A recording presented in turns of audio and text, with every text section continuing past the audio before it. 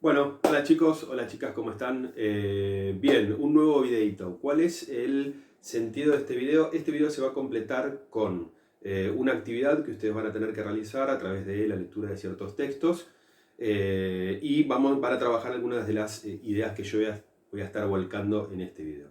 A su vez, lo que quiero es justamente de vuelta, como hago siempre, para que, digamos, para que ustedes recuperen ese sentido de linealidad, ¿sí? De avance de la historia y que no se pierdan en el medio de lo que están viendo, quiero orientar hacia dónde vamos con lo que estamos trabajando. ¿Bien?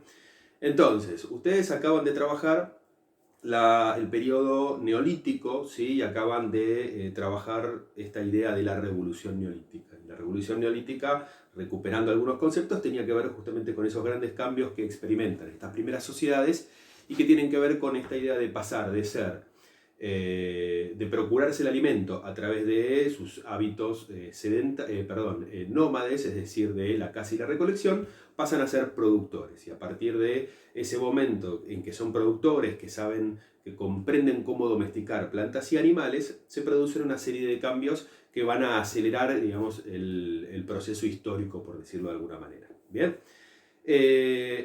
Entonces, nosotros venimos trabajando. Este periodo es un largo proceso, ¿sí? Que se extiende desde hace unos 10.000 años atrás. Recordemos, ¿no? Que estas primeras ciudades como Cataluyuk o como Jericó, por ejemplo, que fue la que les hice trabajar, datan de hace 8.000 u 8.500 años antes de Cristo, es decir, hace 10.000 o 10.500 años. Bien, y son estas primeras aldeas de las cuales hay vestigios, o los historiadores y los arqueólogos han recuperado vestigios de su existencia, como para poder trazar, digamos, este largo proceso. ¿Bien? Pero el neolítico se extiende, ¿sí? Y nosotros, más adelante, vamos a llegar justamente y a comenzar a estudiar a las primeras grandes civilizaciones antiguas. ¿Cuáles son las primeras grandes civilizaciones antiguas? Bien, bueno, son las que surgen en Egipto, las que surgen, por ejemplo, también en la media luna de las tierras fértiles. Ahora vamos a hablar un poquitito sobre eso. Pero antes de meternos en eso, quiero que comprendamos algo que vamos a trabajar en la actividad que yo voy a adjuntar a este trabajo, digamos, que va a tener vinculación con este trabajo. Que es también que conforme estas primeras organizaciones humanas, estas primeras aldeas, van creciendo en espacio urbano y van creciendo también demográficamente, van aumentando el número, se van complejizando. Bien, y cuando se van complejizando va paulatinamente a surgir la necesidad de organizarse. Bien, eso va a llegar justamente al surgimiento de los primeros estados. Bien, entonces, uno oye todo el tiempo hablar, seguramente ustedes escuchan todo el tiempo hablar del Estado, bien, de la nación, bien, del poder y de diversas cosas que circulan cuando uno mira la televisión, por ejemplo, o escucha la radio o lee los diarios, bien. Pero siempre es una noción medio difícil de comprender qué es el Estado, bien. Hay múltiples definiciones de lo que es un Estado, pero a grosso modo se podría decir que el Estado es la forma de organizar la nación, ¿sí? Y una nación en realidad es un grupo humano, es una sociedad. Una nación es un grupo de humanos que puede compartir generalmente una cultura, una historia, y comparte también, por supuesto, un origen lingüístico o una lengua, ¿bien? Y ciertas características que hacen que ese grupo humano tenga determinada cohesión. Entonces, ¿cómo es que se organizan? Bueno, se organizan a través de instituciones, y las instituciones muchas veces tienen que ver con los diversos roles que se van estableciendo. ¿Recuerdan cuando hablamos incluso en el crucigrama que les hice hacer, existía esta idea de roles, ¿sí? Trabajaron la idea de los roles. A medida que estos nuevos grupos humanos, estas aldeas, van creciendo y ya son sedentarias, se van diversificando las tareas y van surgiendo diferentes roles. Los que trabajan, los que son artesanos, y algunos pasan a ser los elementos dirigenciales, es decir, aquellos que dirigen esas poblaciones, que van a tener de alguna manera el poder político. El poder político justamente tiene que ver muchas veces con el uso de la fuerza y también con la legitimidad. Esto lo van a trabajar en un textito que yo les voy a pasar, ¿sí? Pero bueno, vamos a hacer un poquito de historia. ¿Dónde surgen los primeros estados? Bien, yo hablé recién de la medialuna de las tierras fértiles, ya lo había hablado anteriormente en un video, y es esta zona que encontramos acá, ¿sí? Recuerden, ya habíamos hablado, esta es la península arábiga, bien, y hacia el norte de la península arábiga tenemos este sector que generalmente se lo dibuja así. Ustedes podrán ver en este mapa que yo tengo que hay zonas en color verde, tiene que ver con la altura, pero toda esta zona, ¿sí? Es zona de ciertos valles que son inundables, ahora lo vamos a trabajar, ¿bien? Y que se conoce como la medialuna de las tierras fértiles. Incluye el norte de la península arábiga, una parte de Irak, ¿sí? Esto que vendría a ser el corredor sirio-palestino y la zona donde se encuentra el río Nilo, ¿sí? ¿Qué es lo importante y por qué son fértiles estas zonas? Ya lo hablamos, vamos a recuperar estas ideas, ¿sí? En esta zona tenemos dos grandes ríos que confluyen, ¿sí? En el Golfo Pérsico, que es este mar que se abre aquí, ¿sí? Que son el río Tigris y el río Éufrates, ¿sí? Esos dos ríos confluyen en esta zona, en un delta, ¿bien? Y aquí se encuentra el famoso río Nilo, que es el río conocido como el río más largo del mundo. En torno al río Nilo, ¿sí? Y a los valles fértiles que se generan en el río Nilo, surgió por supuesto la civilización egipcia, ¿bien? Y hoy sigue existiendo por supuesto el país Egipto, ¿bien? Es aquí donde surgen estas primeras civilizaciones. ¿De dónde surgen estas primeras civilizaciones y cómo estudia también la historia? ¿Cómo estudia o cómo hace para comprender quiénes eran esos primeros habitantes? Bueno, lo que hacen los historiadores, a través de ciertos expertos, conocidos como lingüistas, es identificar a los diversos pueblos que fueron poblando todas estas zonas, ¿sí? Y así se llegó a una determinada convención histórica, ¿sí? Que tiene que ver con la idea de que hubo tres orígenes básicos de los diversos pobladores, ¿bien? Que son los pueblos asiánicos, son los pueblos semitas y son los pueblos indoeuropeos, no me sale la palabra, ¿bien? Los asiánicos, como indica su nombre, ¿sí? Provienen del Asia, probablemente de esta zona, ¿sí? Bien del interior del Asia, ¿sí? Lo que sería parte de la estepa rusa, el norte de China, la Siberia rusa, ¿sí? Y se diversifican por buena parte, digamos, de todo ese continente. Es decir, por lo que es China, por supuesto, hacia la zona de la India, ¿sí? Todo lo que es el sudeste asiático, y también llegan, ¿sí? Hacia la medialuna de las tierras fértiles. Ustedes ya van a ver que yo les voy a pedir que traten de identificar alguno de esos pueblos. Uno de los pueblos clásicos son los sumerios, ¿sí? Un pueblo muy importante que después tiene que ver con el surgimiento de la escritura, ahora lo vamos a hablar, ¿bien? También están los pueblos indoeuropeos. Los pueblos indoeuropeos, como también indica su nombre, surgen de el interior de Europa, por eso es indoeuropeo, ¿sí? Y también se difuminan, ¿sí? por estas zonas. Y llegan también, por supuesto, a la medialuna de las tierras fértiles. Y también están los pueblos semitas. Los pueblos semitas son del interior, de alguna manera, de la península arábiga, y también se difuminan hacia el norte y hacia los territorios circundantes, ¿sí? Entre los semitas, por ejemplo, están los hebreos, los acadios, los fenicios, los asirios, bien, y una serie de diversos pueblos.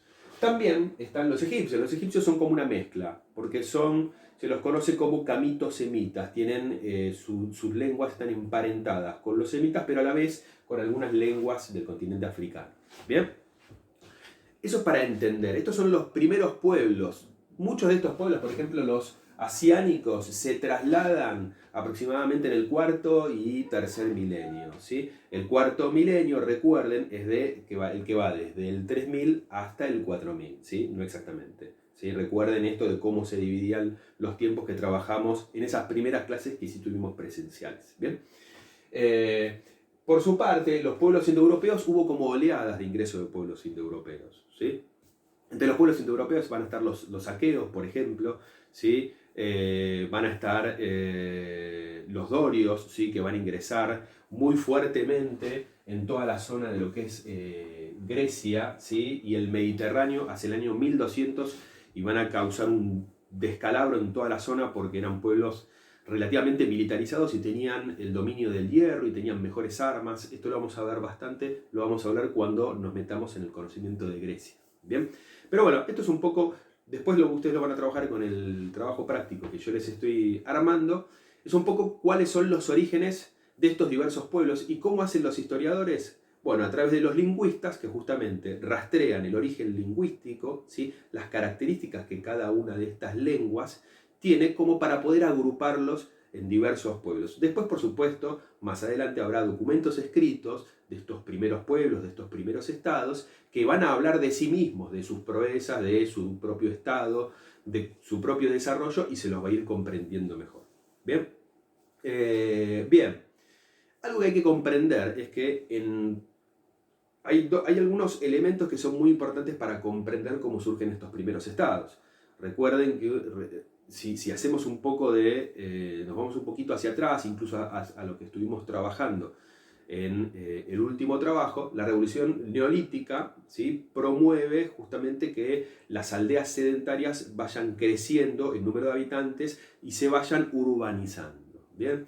A este proceso se lo conoce como revolución urbana, y la revolución urbana tiene que ver justamente con el crecimiento y el desarrollo y la diversificación en términos arquitectónicos y en términos de agrupamiento de estas aldeas, que se va desarrollando a medida que pasa el tiempo con la sedentarización y con la producción de alimentos. Ustedes piensen que pasan milenios, ¿bien?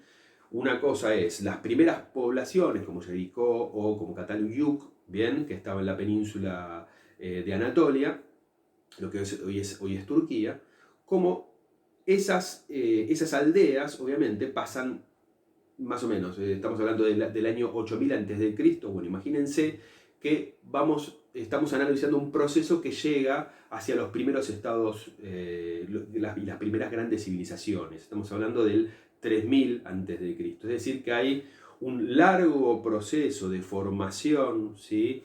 De crecimiento y de desarrollo de estas sociedades que dura aproximadamente 4 o 5 milenios o 6 milenios dependiendo del caso. Esto para hablar, por ejemplo, de cómo llega a existir Egipto y cómo llegan a desarrollarse las primeras grandes poblaciones de la medialuna de las tierras fértiles, como por ejemplo los sumerios o los acadios o los asirios o los hititas, que son esos grandes pueblos y esas grandes civilizaciones que después vamos a analizar cuando hablemos de la antigüedad. ¿Bien?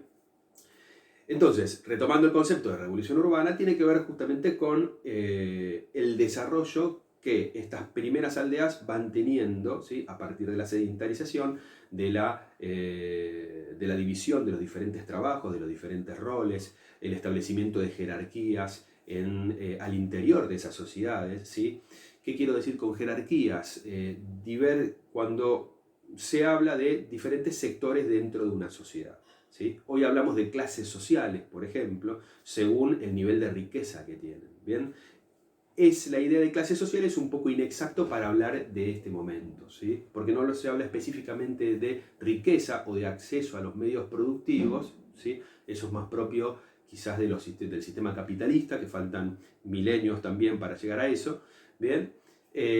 Sino que hablamos de estamentos sociales, quizás cuando tienen que ver con determinados privilegios, ¿sí? Pero es importante entender que cuando surgen roles va generalmente diversificándose la sociedad, ¿sí? Y van surgiendo también determinados sectores, ¿sí? Determinados estamentos de esa sociedad que se van a ubicar en la cúspide de la pirámide social. ¿Por qué? Porque van a tener mayor poder, sea económico o porque esté vinculado quizás a el poder bélico inclusive, ¿sí? O por ejemplo, como lo habíamos mencionado anteriormente, al poder vinculado a la religión, ¿sí? Esta idea de que hay sociedades que son teocráticas, ¿no? ¿Cómo van a ser, ¿sí? Las sociedades de la medialuna de las tierras fértiles, ¿sí? Bien. Y después otro componente muy importante, ¿sí? Presten atención a esto, que va a surgir, ¿sí? Es la aparición de la escritura, ¿sí? La aparición de la escritura está íntimamente vinculada al desarrollo del Estado, porque cuando surge el Estado, ¿sí?, surgen también una serie de funcionarios, por ejemplo en Egipto se los va a llamar escribas, que van a estar dedicados a registrar todo lo que es inherente al funcionamiento de un Estado, ¿sí? Cuando, recordemos, ¿no?, cuando un grupo humano grande quiere organizarse, necesita crear instituciones, ¿sí?, y esas instituciones van a dar lugar al Estado, ¿no? Entonces, va a ir surgiendo como una necesidad, ¿sí?, va a surgir en las diversas poblaciones la escritura, ¿sí?, que va a surgir como una necesidad para poder registrar, por ejemplo, el tráfico o el comercio de determinadas mercancías con otras poblaciones, ¿sí? Esto, digamos, la primera escritura, ¿sí?, de la que se tiene registro es la sumeria, ¿bien? Más adelante vamos a hacer un trabajo sobre los tipos de escritura y diversas formas de registrar. ¿Qué es la escritura? Bien, la escritura eran formas de graficar las ideas, ¿sí?, y graficar sobre todo el habla, ¿sí?, porque una cosa es el habla conforme nosotros la expresamos verbalmente, hablada, y otra cosa es cómo se registra.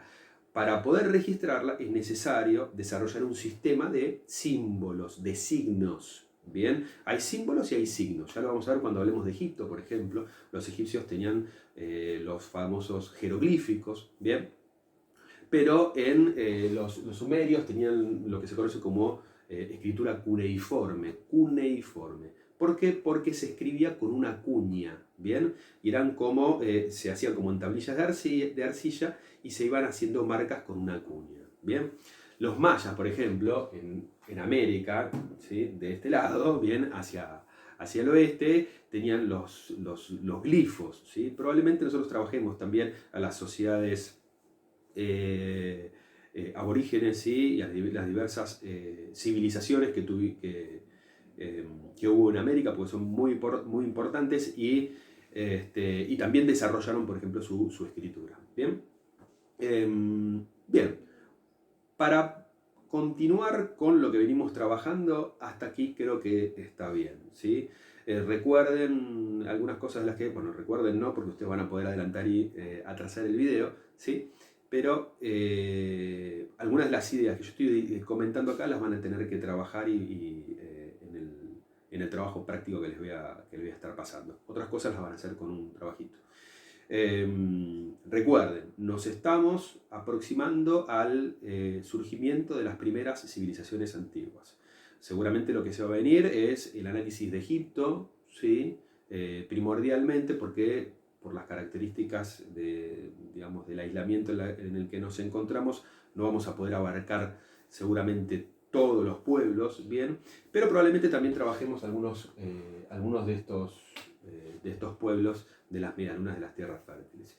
Y después vamos a avanzar sí, sobre las civilizaciones clásicamente occidentales o de la antigüedad clásica, que son la griega y la romana, ¿sí?